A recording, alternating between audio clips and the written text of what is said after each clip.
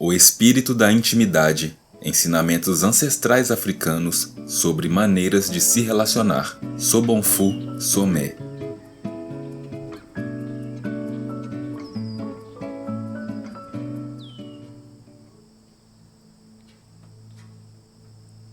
O povo da Gara é encontrado principalmente nos países de Gana, Costa do Marfim e Togo, na costa oeste africana.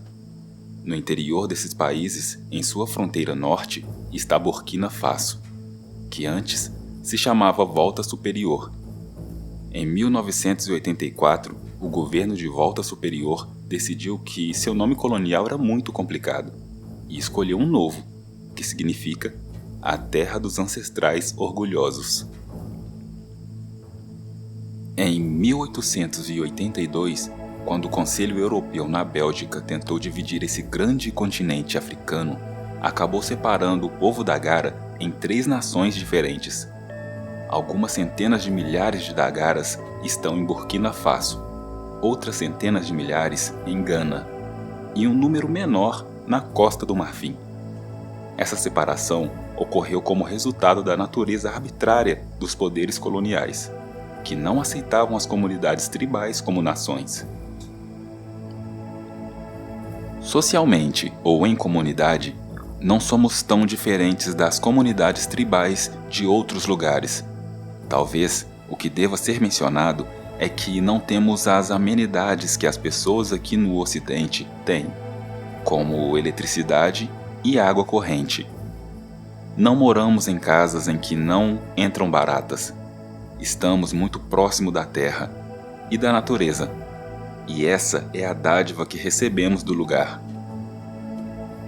Na aldeia, a vida é diretamente inspirada pela terra, pelas árvores, montanhas e rios.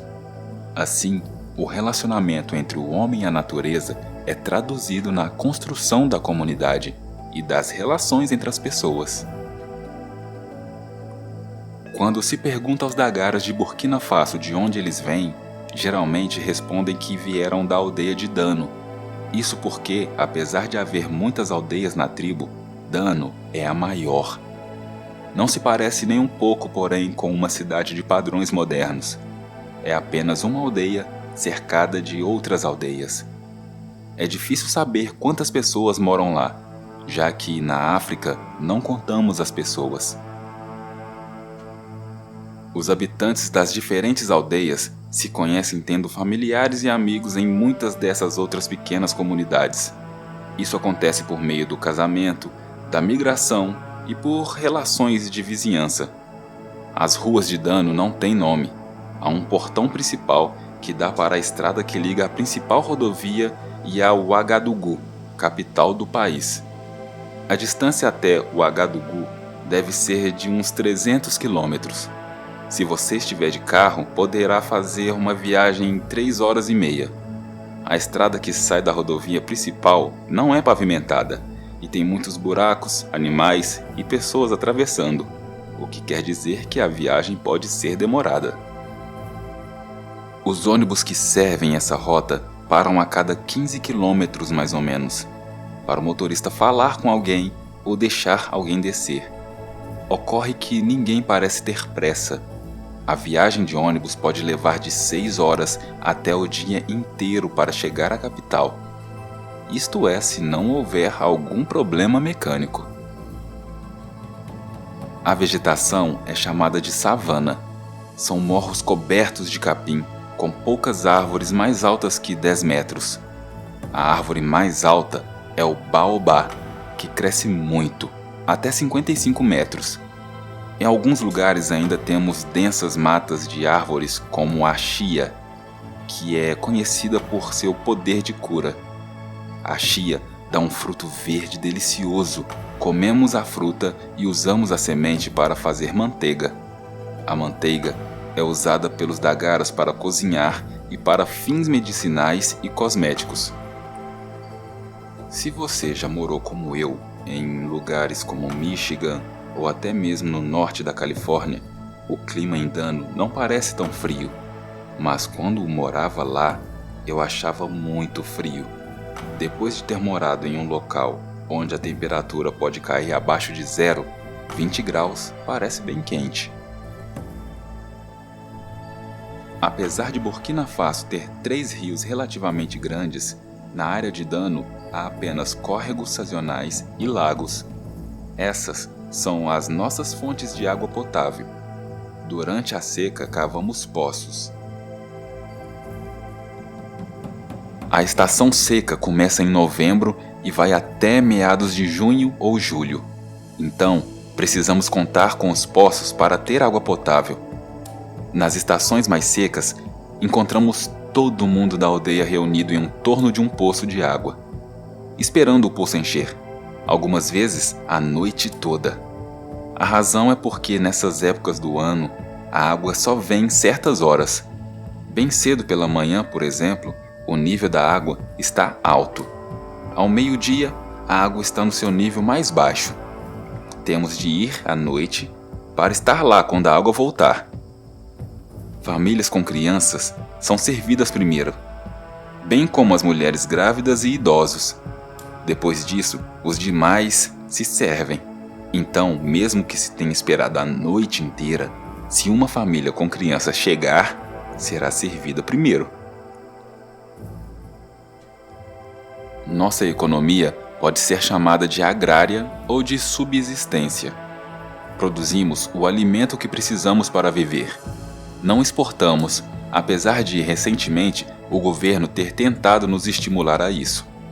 Para nós, esse é um conceito estranho, que ainda temos de aprender, porque plantamos a quantidade exata que precisamos e nada mais. Nossa principal forma de negociação é a de troca, embora também usemos conchas cauri como moeda, que além disso servem para adivinhação e cura. Essas pequenas conchas brancas foram trazidas de Gana pelo povo da Gara há muito tempo, quando a tribo morava mais perto do mar. As conchas cauri são usadas como ouro. Os países de língua francesa na África Ocidental, como Burkina Faso, Costa do Marfim, Senegal e etc., também usam um tipo de dinheiro chamado CFA. Para ganhar esse dinheiro, é necessário vender coisas. Se a pessoa não tiver nada para vender, então tem de viver sem o CFA e usar o antigo método de troca. Os dois sistemas de negociação existem lado a lado. Plantamos muitas coisas. Por exemplo, existem 3 tipos diferentes de painço. Um deles é chamado de sorgo no Ocidente. Temos sorgo vermelho e branco, e um outro tipo que é chamado zié em Dagara. Temos feijões vermelhos, feijão fradinho, amendoim e grandes carás africanos. Não os que encontramos na América do Norte, mas carás de até 1 metro, que pesam de 10 a 15 quilos. E temos 2 tipos diferentes de batata doce. Também criamos animais: galinha, porco, galinha da Angola, cabrito e cordeiro. Criamos os animais não só para comer, mas para trocar. Por exemplo, se eu tiver uma cabra e precisar do sorgo, posso trocar o animal por uma boa quantidade de grão. Caçamos animais selvagens. Atualmente, porém, a caça é feita sobretudo em rituais, como iniciações. Não é mais como antes, quando toda a tribo tirava 1 ou 2 meses para caçar e voltar para casa com carne para sobreviver durante 1 ano. Essa mudança vem se verificando nos últimos 10 anos, mais ou menos, por causa de restrições políticas. O motivo principal é que o governo está tentando tomar a terra. Até 1980, a terra sempre havia sido do povo. Todavia, as pessoas não a consideravam sua. Elas viam a terra como se fosse espírito, como algo emprestado. Agora que o governo está regulamentando a terra, as pessoas têm de pagar impostos sobre ela. Durante os tempos coloniais, muitas coisas mudaram na vida dos Dagaras. No entanto, questões como estrutura familiar e liderança continuam quase iguais. Os jovens que saem para cursar escolas nas cidades ficam completamente transformados. Eles veem as coisas de forma totalmente diferente. A maior parte das aldeias que conheço, no entanto, ainda tem os mesmos costumes, como uma forma de liderança quase medieval. Não há um chefe responsável por tudo, que dá ordens para todos seguirem. Ainda temos um sistema no qual os mais velhos supervisionam a aldeia sem a intenção de adquirir riqueza ou poder. Entenda que na aldeia o poder é visto como algo muito perigoso se não for usado corretamente. Portanto, todo mundo toma muito cuidado com o uso de qualquer tipo de poder sobre os outros. O povo tribal está sofrendo uma tremenda pressão cultural por causa do êxodo dos jovens para as cidades e a decorrente exposição desses jovens à mídia de massa. Lenta, mas certamente estamos vendo, com tristeza, uma redução gradual da população de aldeia e a importação de todas essas novas ideias relativas ao romance e à privacidade. É o que acontece quando os jovens vão para a cidade. Na África, pelo menos nas aldeias dagaras, as construções servem principalmente para dormir, para rituais e para armazenar alimentos. A vida da aldeia, de fato, dá-se do lado de fora. Não temos um lugar especial para trocar fraldas, por exemplo. Tudo acontece ao ar livre. Tomamos banho no rio e nos vestimos ao ar livre. O banheiro é ao ar livre. São usadas folhas de uma árvore próxima. Um choque cultural para os que desprezam o jeito antigo. Na vida tribal, a pessoa é forçada a diminuir de ritmo, a vivenciar o momento e comungar com a terra e a natureza. Paciência é essencial. Ninguém na aldeia parece compreender o sentido da pressa. Na aldeia existem aqueles que chamamos anciãos. São eles que tomam as decisões do povoado. Quando há uma situação urgente, os anciãos se reúnem e tentam decidir o que precisa ser feito. Não temos polícia ou algo parecido. Para questões de justiça, contamos principalmente com o espírito e os anciãos. Um conselho de 10 anciãos gerencia os rituais e outros assuntos da aldeia. É uma espécie de comitê dentro de um grupo maior de anciãos. É preciso dizer que os anciãos não se sentem atraídos para participar desse conselho, porque envolve muito trabalho.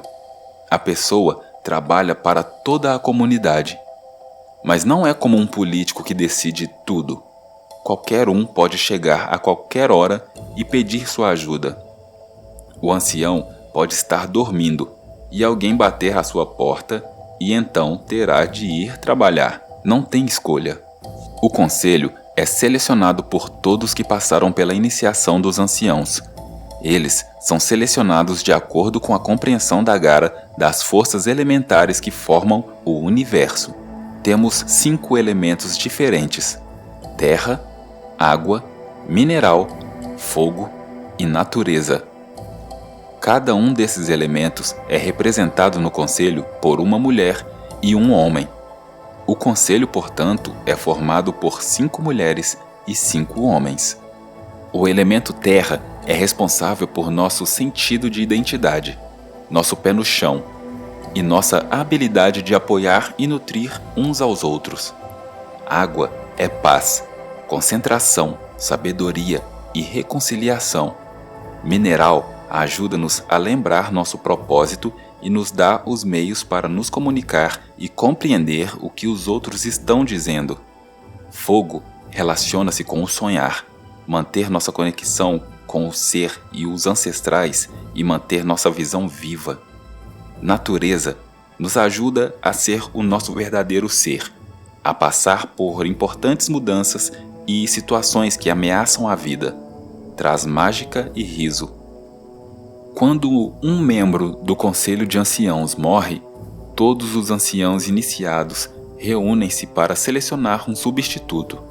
Por exemplo, se fica faltando uma mulher água, uma nova é selecionada para o conselho.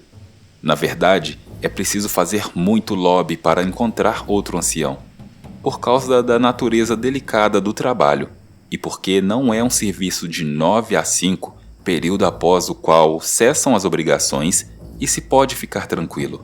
A família na África é sempre ampla.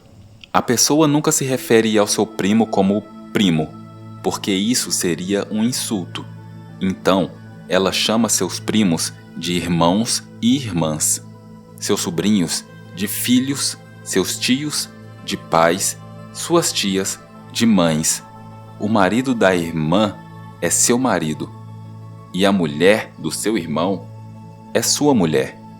As crianças também são estimuladas a chamar outras pessoas de fora da família de mães e pais, irmãs e irmãos. Na aldeia, as grandes famílias vivem juntas. As mulheres dormem em um lado da casa e os homens do outro. As crianças podem dormir onde quiserem. Não sofrem restrições, até atingirem a adolescência. Elas podem dormir com as mulheres hoje, passar a manhã para o setor dos homens ou dormir com os avós. Esse conceito de grande família realmente ajuda muito. Lembro-me de quando eu era criança, podia escolher um pai diferente todos os dias, dependendo do meu humor.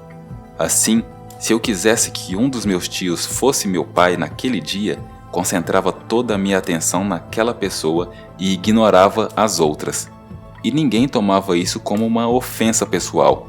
Antes consideravam isso como uma oportunidade para eu decidir o que queria. Essa prática também permite que um grande número de pessoas na aldeia conheça a criança e veja seu espírito. Se você gostou desta leitura, deixe seu like, se inscreva e ative as notificações. E compartilhe com quem você goste.